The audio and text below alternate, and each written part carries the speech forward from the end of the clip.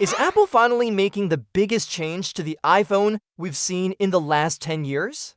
If the latest hands-on images are to be believed, the iPhone 17 Pro might just look and feel very different from anything we've seen before, and no, this isn't just a tiny tweak, it's a bold redesign that starts with a major shift on the back of the phone.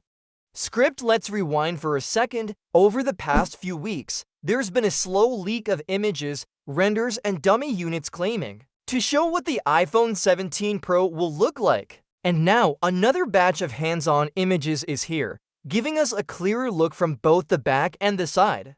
These pictures were shared by reliable leaker Majinbu on X, and while the phone in the pictures isn't powered on, it still reveals a lot. For starters, let's talk about that camera bump. Actually, some are calling it a camera shelf now. It's huge. But here's the catch: the three camera lenses are in the same spot as they were on the iPhone 16 Pro. What's new is the way they're framed. The whole area surrounding the cameras has been redesigned, and depending on how you feel about bold design choices, this might either look very cool or very odd. And then there's the Apple logo. It's been moved slightly and now sits in the center of the back panel, just below the new camera shelf. While that might seem like a harmless change, people have already pointed out that when you use a MagSafe case, the logo might look a bit off-center or weirdly placed. This small change could affect how accessories look and fit, so it's something to keep in mind. One important thing to note: the phone shown in these photos is most likely a dummy unit. That means it's just a physical model with no electronics inside. These are usually made for case makers or to show off the design, so while it's not a working phone, it still tells us a lot about what the real iPhone 17 Pro might look like. So, what else is changing beyond the look? According to some of the latest rumors, Apple might switch display suppliers. There's talk that Bo, a Chinese display manufacturer, could produce screens for the iPhone 17 series, but mainly for the units sold in China. It's still early, so we'll have to wait and see if that makes it into the final product. We're also hearing that the bezels around the screen will get thinner, which usually makes the phone feel more modern, and for those using a base iPhone. There's good news: Apple might finally bring a 120Hz refresh rate to the non-Pro models. That's something fans have been asking for, and it could make the iPhone 17 lineup feel much smoother, especially when scrolling or watching videos. Another update on the list is a new selfie camera. We don't have exact details yet, but expectations are high that Apple will improve image quality, especially in low light. Samsung has finally pulled back the curtain on the Galaxy Fold 7, and it's shaping up to be the most refined and usable foldable the company has ever made. The Fold 7 is not just a slight improvement, it's a major leap forward in terms of design, usability, and hardware, addressing nearly every pain point that users and reviewers have pointed out in previous models.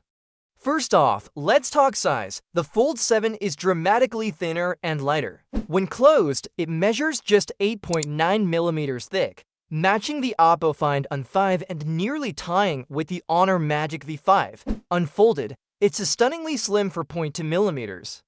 That's a huge upgrade from the bulky 12.1mm closed profile of the Fold 6. Weight has also been cut significantly. This thing comes in at just 215 grams, making it the lightest book-style foldable ever from Samsung. But the Fold 7 isn't just thinner, it's stronger too.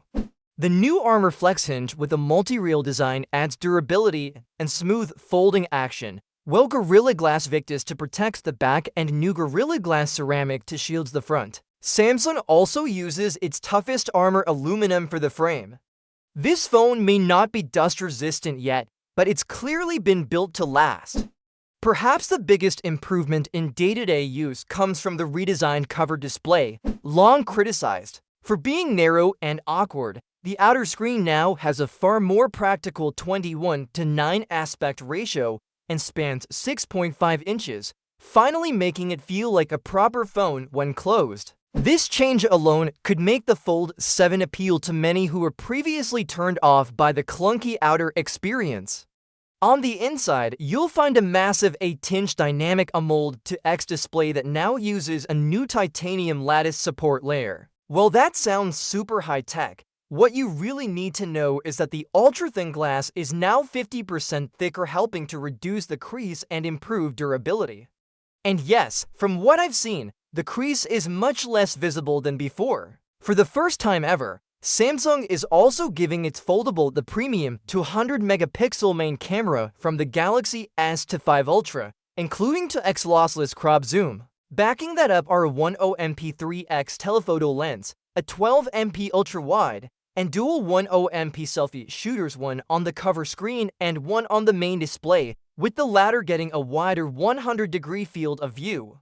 Beyond hardware, Samsung is betting big on AI this year. Features like the Provisual Engine reduce motion blur, Generative Edit now includes tap-to-erase suggestions, and Audio Eraser removes unwanted background noise even from call transcripts.